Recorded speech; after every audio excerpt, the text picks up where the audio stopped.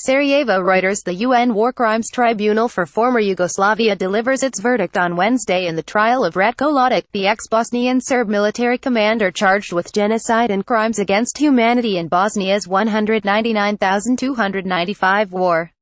Ratko Mladic's former childhood house stands in the village where the former Bosnian Serb military commander Ratko Mladic was born, Bozanovici, Bosnia and Herzegovina, November 8, 2017.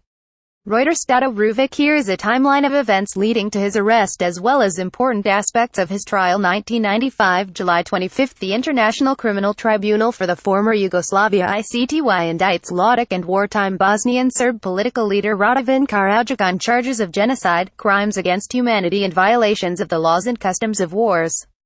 November 21 The United States brokers the Dayton Accords that formally end Europe's worst conflict since World War II, with 100,000 dead and 2 million homeless. An untold force deploys in the shattered country to secure implementation of the deal. Late 1990s Mladic is believed to move to neighboring Serbia to avoid possible capture by international forces in Bosnia. Occasional reports surface of Mladic appearing in public in Belgrade. Karadzic also moved secretly to Serbia.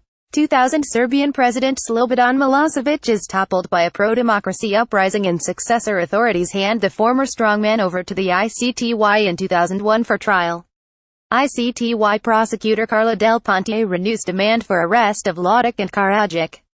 2006 A Serbian military intelligence report discloses that Mladic was using army premises until mid-2002. The European Union suspends talks on relations with Serbia over its failure to arrest war crimes fugitives including Mladic and Karadzic. March 11, 2006 Milosevic dies in his prison cell before his trial can be completed. 2008 Serbian authorities arrest a disguised Karadzic and extradite him to the ICTY in The Hague. 2010 June 16 Mladic's family launch court proceedings in Serbia to declare him dead, saying he had been in poor health and they had had no contact with him for over 5 years. October 28 Serbia raises reward for information leading to the arrest of Mladic to €10 million £8.86 million. 2011 May 26 Mladic is arrested at the farmhouse of a relative in a small town in northern Serbia. May 29 Serbian nationalists assault police at a Belgrade rally where about 10,000 people demand the fall of the government over Mladic's arrest. May 31 Serbia extradites Mladic to the ICTY. June 3 Mladic appears at an ICTY hearing, calling the charges against him obnoxious and monstrous words. He declines to enter a plea, saying he needs more time to study the charges. Judge Alphonse Aurier schedules a new hearing for July 4. July 4 Judge Alphonse Aurier removes Mladic from the courtroom after he refuses to listen to the charges against him. Aurier enters a not guilty plea on Mladic's behalf on all 11 charges against him. 2012 May 16 Mladic's trial begins.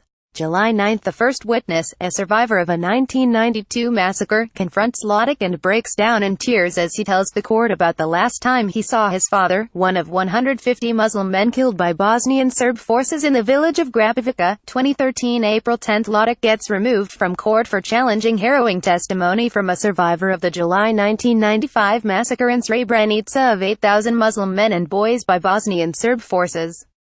2014 January 28 Mladic appears as a witness against his will in the trial of Karadzic and sidesteps questions from his old ally.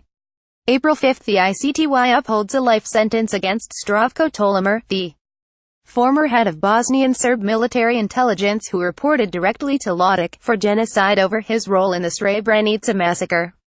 2016 March 24 The ICTY convicts Karadzic of genocide for the Srebrenica massacre, the worst atrocity in Europe since World War II, and sentences him to 40 years. 2016 December Prosecution and defense teams deliver closing arguments in Mladic's trial. Prosecutors demand life in prison for Mladic for the execution-style killings of Muslim men and boys in Srebrenica and their burial in mass graves, the long siege and bombardment of the Bosnian capital Sarajevo, and ethnic cleansing of Muslims and Croats in other areas.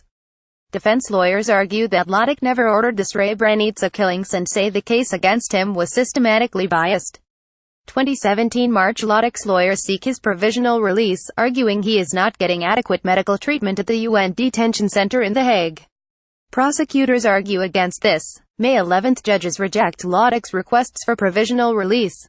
They will reject his appeals and similar requests for release on medical grounds regularly through November. November 22 verdict and potential sentencing. Reporting by Maja Zuvala in Sarajevo and Toby Sterling in The Hague. Editing by Mark Heinrich. Our standards. The Thomson Reuters Trust Principles.